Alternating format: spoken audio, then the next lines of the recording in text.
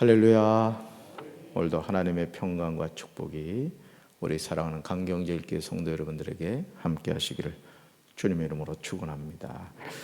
오늘 마태복음 28장 1절부터 20절까지 말씀으로 사명의 자리에서 살자, 사명의 자리에서 살자, 이런 제목으로 말씀의 은혜를 나누고자 합니다.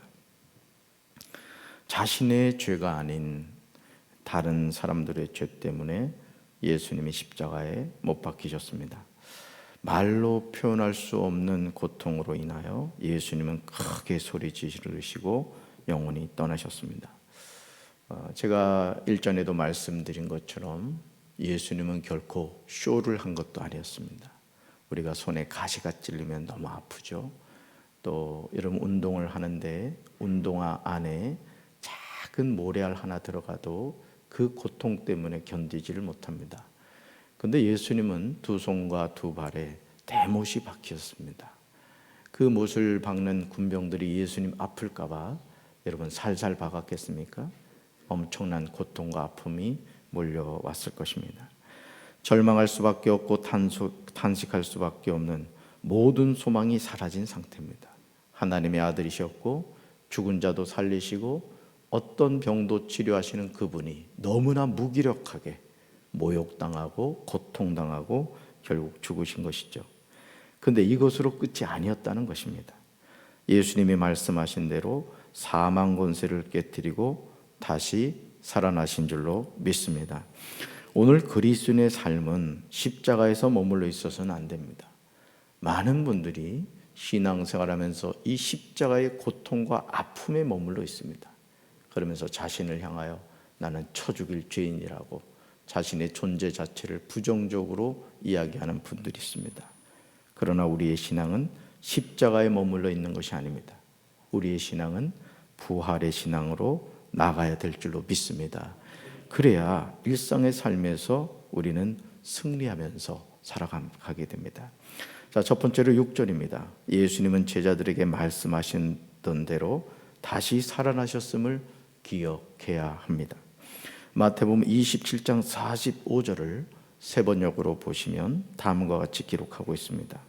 낮 12시부터 어둠이 온 땅을 덮어서 오후 3시까지 계속되었다. 여러분, 성경에 나오는 시간에는 여러분들이 이해할 수 없는 시간의 개념이 나오는데 거기 나오는 시간에 플러스 6을 하면 오늘 우리가 사용하는 시간이 나옵니다. 여기 보면 9시라고 나오죠. 그것은 플러스 6을 해서 이렇게 시간을 보면 된다는 거죠. 자, 무려 3시간 동안 온 땅을 어둠이 덮은 것이죠.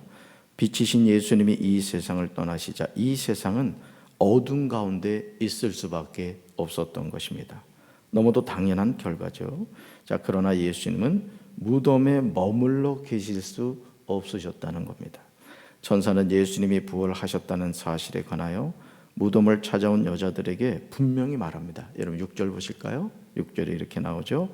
그가 여기 계시지 않고, 여기가 어디죠? 무덤입니다. 그가 말씀하시던 대로 살아나셨느니라. 와서 그가 누우셨던 곳을 보라. 여러분, 그가 말씀하시던 대로 살아나셨습니다. 아멘이십니까? 그렇기 때문에 오늘 우리의 신앙은 그가 말씀하시던 대로 되어집니다. 그래서 우리의 신앙은 어떤 현상에 치우치는 것이 아니라 이 눈에 아무 증거 보이지 않고 이게 아무 소리 들리지 않고 이 손에 잡히는 거 없다 할지라도 하나님의 말씀을 붙잡고 살아가면 하나님은 그 말씀대로 우리의 삶을 인도해 주실 줄로 믿습니다. 우리가 주목해 봐야 하는 내용이 뭡니까? 그가 여기 계시지 않는다. 천사의 이 말을 통해서 우리가 깨달아야 될 것은 무엇입니까?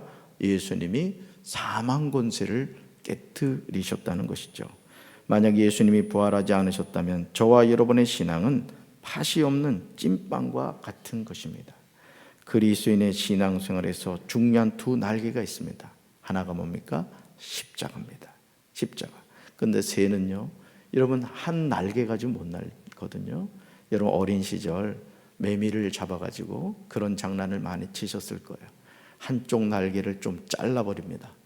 그러면 이 매미가 한 곳을 뱅뱅 돕니다. 여러분 기억하시죠?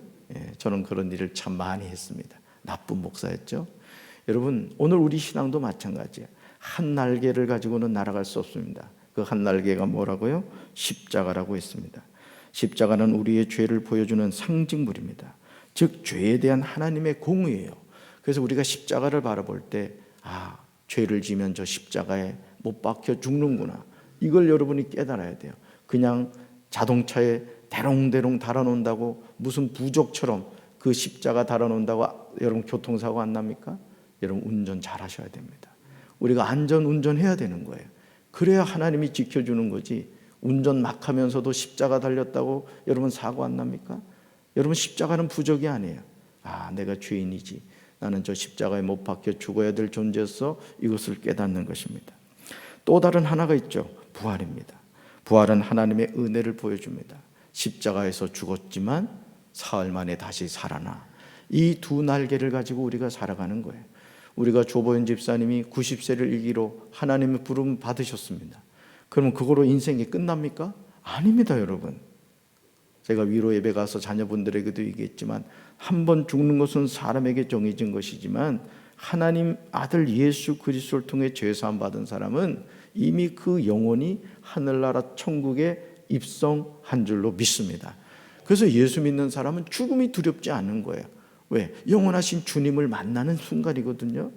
그렇기 때문에 우리가 신앙생활하면서 한 날개가 뭐고요? 십자가고, 한 날개가 뭐라고요? 부활입니다. 이 두 날개를 가지고 우리는 믿음의 선한 싸움을 승리하며 살아가게 될 줄로 믿습니다. 부활은 하나님의 사랑을 나타내죠. 지금 여러분은 무덤 속에 누워 계신 예수님을 찾아가고 있지 않습니까? 여전히 갈보리 십자가에만 머무는 신앙이 아닙니까? 우리가 매일매일 회개해야 되겠지만, 우리가 눈물 흘려야 되겠지만, 우리의 신앙은 십자가에 머물러 있는 자기 자신을 부인하는 그런 신앙생활을 해야 되겠지만, 그러나 그 자기 부인도 결국 부활의 기쁨에 동참하기 위한 그런 시간이라는 사실을 여러분 믿으시길 바랍니다. 그렇다면 이제 부활의 새벽으로 나아가셔야 됩니다. 신앙생활에서 하나님의 공의만 생각하면 삭막해요. 여러분 생각해 보세요. 죄 지면 죽어. 여러분 이런 복음만 가지고 있다고 생각해 보세요. 그럼 우울한 거예요. 그래서 강단에서 전해지는 메시지는 항상 이 두 날개가 같이 가야 되는 거예요. 여러분 우리는 죄인입니다. 우리는 십자가에 못 박혀 죽어야 될 죄인입니다. 그러나 여러분 기억하십시오. 예수님은 그 사망 권세를 깨뜨리시고 사흘 만에 다시 살아나셨습니다. 여러분 가난하던 시절에 우리가 왜 허리띠를 졸라매고 저축을 했습니까?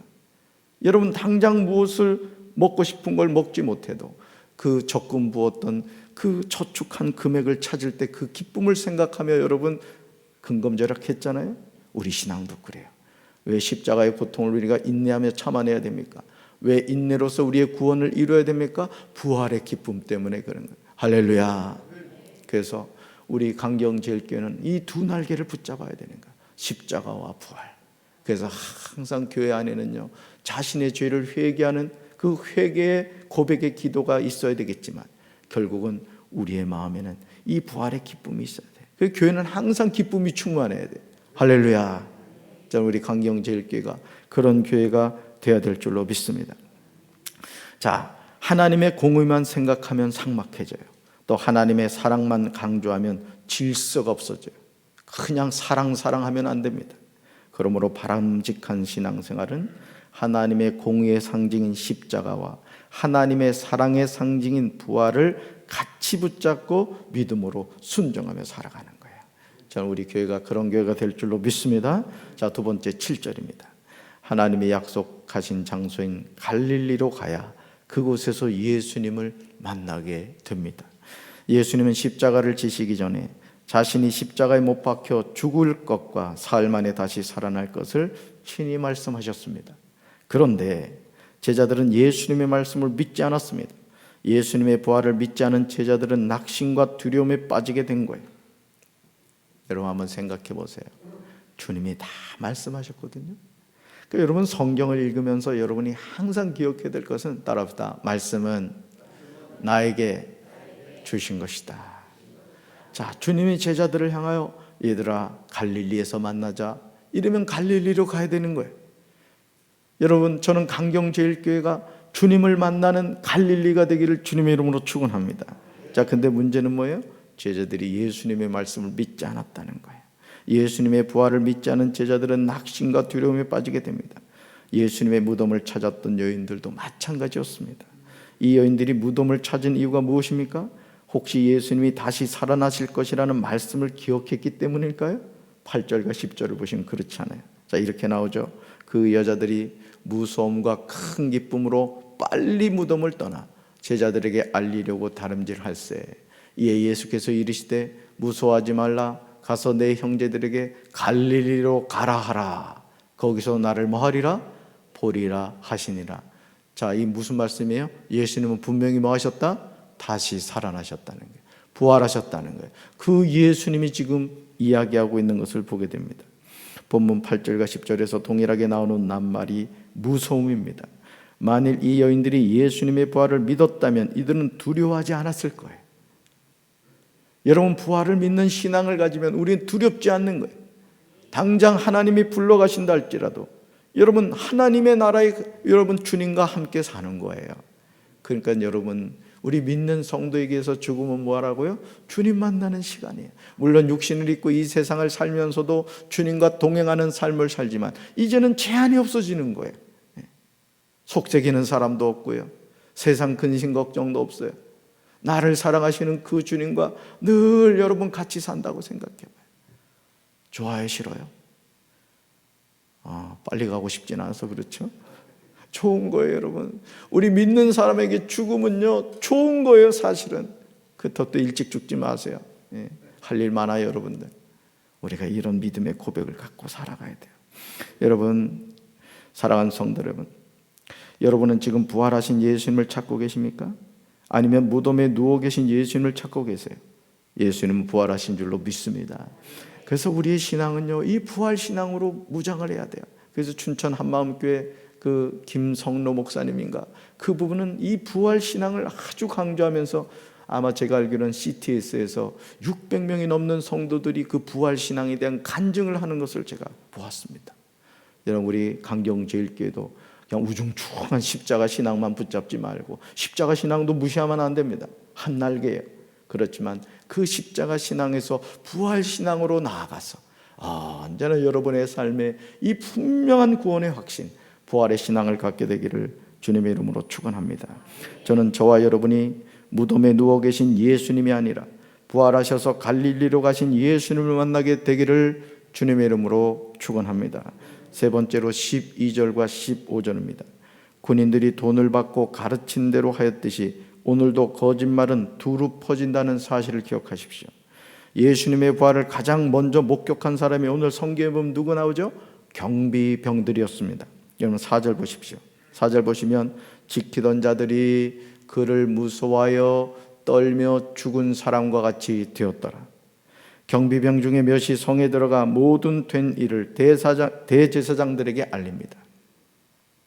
그런데 12절을 보시면 여러분, 대제사장들과 장로들이 함께 모여 의논하고, 자, 경비병들에게 뭐를 주죠? 12절, 돈을 많이 주고 매수합니다. 자, 예수님이 뭐 하셨는데요? 부활하셨는데, 그리고 그 사실을 가서 이야기를 했습니다. 누구한테? 대제사장들에게. 여러분, 예수님이 말씀하신 대로 부활하셨다는 사실을 알았다면 대제사장들과 장로들은 자신들의 죄를 회개하고 하나님께 용서를 구해야 했을 것입니다. 왜요? 죽으셨거든요. 그리고 다시 사셨거든요. 그럼 뭘 깨달아야 돼요?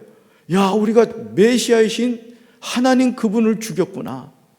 우리가 엄청난 죄를 지었구나. 이것을 깨닫고 회개하고 돌이켰어야 할 텐데, 대제사장들과 장로들이 뭘 했다고요? 경비병들에게 뭘 주고? 돈을 주고 매수를 합니다. 사랑하는 성도 여러분, 교회를 다닌다고 천국 다 가지 않아요. 제가 목회를 하면서 정말 깨닫게 되는 게 뭔지 아세요? 목회하고 지옥 가는 목사들 많습니다. 오늘 이 대제사장들의 모습이 저의 모습일 수 있어요. 여러분의 모습일 수 있습니다. 여러분, 하나님의 말씀이 선포됐을 때, 강단에서 전도사님이 전하든 어느 누가 전하든 하나님의 말씀이 전해졌을 때 여러분의 가슴에 찔림이 있을 때가 있을 거예요. 여러분 안에 성령님이 계시면, 진리의 영이신 성령님이 계시면 내 안에 잘못된 것이 있으면 깨달아집니다. 만약 깨달아지지 않으면 영적 화인 맞은 거예요. 저는 우리 사랑하는 강경제교회 성도 여러분들이, 제 자신부터 그래요. 제가 늘 말씀드리죠. 강단에서 말씀 전할 때마다 1차적인 청중은 접니다. 저도 이 말씀을 듣는 거예요.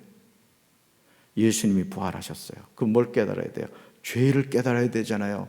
하나님이 약속하신 말씀 대신 그분이 오셨는데 우리가 그분을 죽였구나. 이걸 깨달아야 되는데 돈을 주고 매수하더라는 거예요. 여러분, 우리 죄를 깨달아야 돼요. 그래야 부활을 합니다. 예. 십자가를 지지 않는 사람은 부활에 동참할 수 없는 것이죠. 하지만 안타깝게도 그들은 거짓말을 합니다. 거짓말을 해요.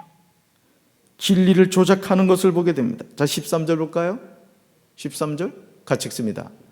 이르되 너희는 말하기를 그의 제자들이 밤에 와서 우리가 잘 때에 그들이 도둑질하여 갔다 하라. 참말이요, 거짓말이에요? 거짓말입니다. 말씀이 육신이 되어 이 땅에 오신 예수님도 받아들이지 않고 십자가에 못 박아 죽였을 뿐만 아니라 부활하신 그 예수님, 분명히 경비병들이 와서 그 예수님이 다시 살아났습니다. 대제사장님 어떻게 해야 됩니까? 그러면은 그 사실을 인정하고, 야, 우리가 하나님을 죽였구나. 죄를 회개하고 회개 기도를 해야 될 텐데, 이르되 너희는 말하기를 그의 제자들이 밤에 와서 우리가 잘 때 그를 도둑질하여 갔다 하라. 정말 웃기지 않습니까? 아니, 예수님이 부활하셨으면 사실을 사실대로 믿어야지 왜 거짓말을 합니까? 그렇습니다. 원수 사탄 마귀는 절대로 참말을 하지 않아요. 오늘도 교회 안에서 거짓말을 습관적으로 하는 사람들이 있어요.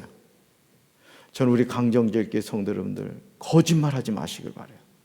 아멘이십니까?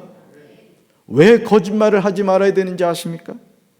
요한복음 8장 44절에서 예수님이 이런 말씀을 하셨어요. 거짓의 아비가 마귀라는 것이죠.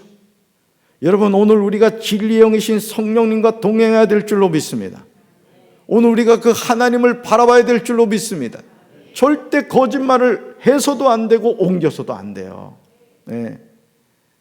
마귀에게 내 영을 빼앗기는 거예요.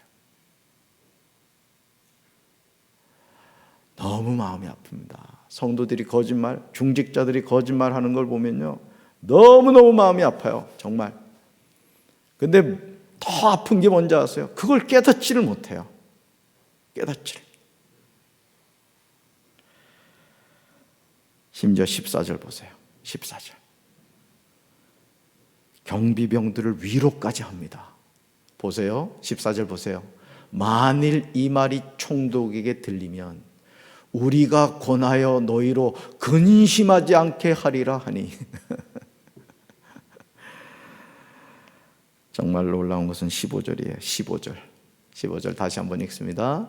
군인들이 돈을 받고 가르친 대로 하였으니 이 말이 오늘날까지 유대인 가운데 두루 퍼지니라. 아멘. 예수님의 부활을 믿지 못하게 하려는 대제사장들과 장로들의 거짓말이 유대인들 가운데 통용된 거예요. 거짓말을 퍼나른 거예요. 지금도 이 거짓말에 속아서 예수님의 부활을 믿지 않는 영혼들이 많음을 알아야 돼요.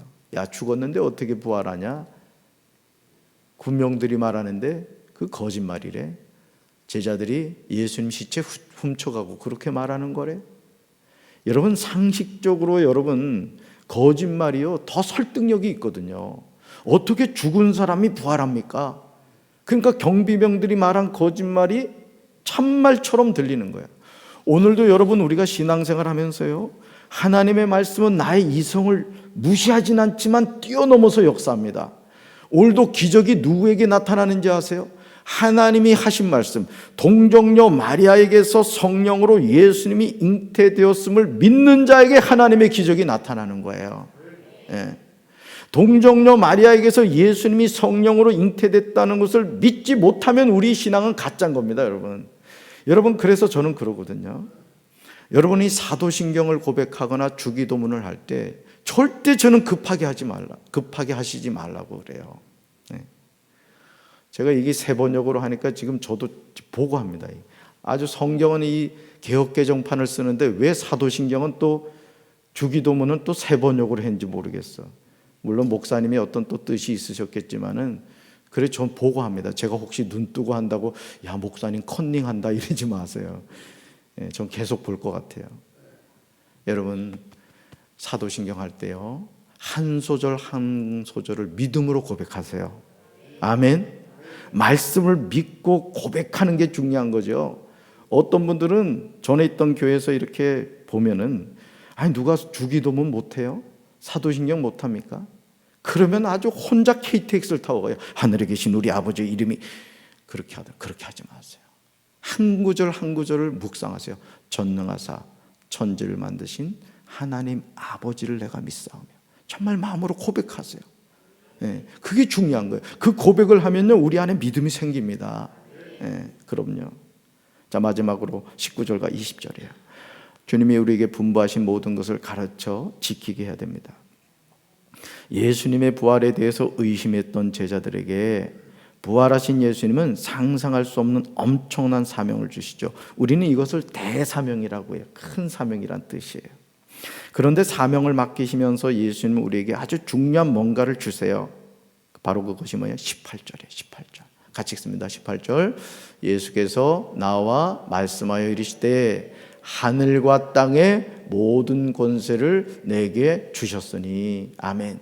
자, 아버지 하나님께서 아들이신 예수님께 하늘과 땅의 모든 권세를 예수님에게 주셨대요. 그런데 그 예수님이 우리에게 뭘 주셨다? 대사명을 주셨다는 거예요. 그 사명을 어떻게 감당해요? 아들이신 예수님에게 주셨던 하늘과 땅의 모든 권세를 너희에게도 주시겠다는 거예요. 아멘이십니까? 그래서 우리가 이 세상을 살면서 주님이 주신 이 하늘과 땅의 모든 권세를 가지고 우리가 사명을 감당하는 거예요. 할렐루야. 그럼 이 권세 가지고 뭐 하냐? 19절 보세요. 예수는 가라고 하시는 거예요. 가라. 여러분 금년도도 아주 여러분 작정을 하셔야 돼요. 장로면 장로의 직임을 감당하셔야 돼요. 권사면 원로 어디 있습니까, 여러분? 장로는 원로가 없어요. 권사도 마찬가지예요. 집사도 마찬가지입니다, 여러분. 나는 주님 앞에 부름받는 그날까지 나에게 맡겨진 사명을 감당하겠다. 여러분 이런 마음을 갖고 여러분 사명의 자리로 나가게 되길 주님 이름으로 축원합니다. 성경 어디에 원로가 있어요, 여러분? 물론 교회의 공식적인 직임에는 여러분들이 원로로 되어 있죠. 그러나 여러분 전도하는 일에 원로 있습니까? 하나님의 일을 하는데 원로가 있어요? 여러분 교회 할 일이 얼마나 많은지 몰라요. 우리 교회는 관리 집사가 없더라고. 여러분 목회자들은 목회를 하게 해주셔야 돼요. 전도사님들이 청소하고 이런 일을 하면 안 된다고. 왜 전도사님들이 그 일을 합니까? 교회 일은 여러분들이 해주셔야 되는 거예요. 아멘이십니까? 목회자들은 말씀을 준비하고 영혼을 돌보는 일을 해야 되는 거예요. 그러면 여러분 교회 오셔서 내가 해야 할 일이 뭘까? 거미줄은 없나? 바닥에 쓰레기는 떨어져 있지 않나? 여러분 이게 우리가 하나님의 일을, 그러니까 여러분 하나님 일을 한다고 자꾸 어떤 분들은 뭔가 크게 뭔가를 해야 된다 생각 안 해요. 제가 이 목회라면 깨닫는 게요, 작은 일을 잘하는 사람에게 하나님이 큰 일을 맡기시더라고. 그러니까 평소에도 교회 오셔서 살피세요. 야, 내가 해야 될 일이 뭔가. 제가 말씀드렸죠. 왔더니 이 의자가 지금은 가지런하게 놓여 있습니다. 이거 누가 한 줄 알아요? 청년교회에서 한 거예요. 제가 임 목사님 통해서 좀 정리하라고 그랬어요. 4층도 줄이 삐뚤빼뚤한 거 저것도 한 거예요. 뭘 의미하죠? 아무도 신경 쓰지 않았다는 거예요. 여러분 제가 여러분 책망한다고 생각하지 마세요. 전 그러고 싶은 마음이 없어요. 주인의식을 가지셔야 돼요. 아멘. 네. 관리부장님만 교회 일 하는 게 아닙니다, 여러분. 여러분이 다 주인이 되셔야 돼요. 예. 그럼 우리 강경제일교회 부흥합니다. 예. 그리고 새 가족들이 왔을 때는 천사가 온 것처럼 여러분 환영하셔야 돼요. 교회가 부흥하려면 사랑이 있어야 돼요. 우러나오는 사랑. 내가 이 교회의 뿌리야. 뿌리가 어디 있습니까? 교회 뿌리는 하나님밖에 없는 거예요. 아멘. 주님이 아시죠. 자, 보세요. 가라고 하셨어요. 가서 모든 민족을 뭐해요? 제자로 삼으라는 거예요. 그리고 아버지와 아들과 성령의 이름으로 뭐예요? 세례를 베풀라는 거예요. 자, 그 후에 주님이 우리에게 분부한 모든 것을 뭐예요? 가르쳐 지키게 하라는 거예요. 이게 대사명이에요. 대사명. 우리는 예수님의 명령을 통해서 교회가 감당해야 할 가장 중요한 사명이 무엇인가를 깨닫게 돼요. 복음을 전하는 것, 그리고 그 복음으로 살게 하는 것이 중요해요. 이 모든 일은 우리 힘으로 되는 게 아니에요, 여러분. 자, 20절 하반절에 이렇게 나와요. 20절 하반절. 내가 세상 끝날까지 너희와 항상 함께 있으리라. 여러분, 하나님이 함께 계시면 우리가 뭘 못하겠어요?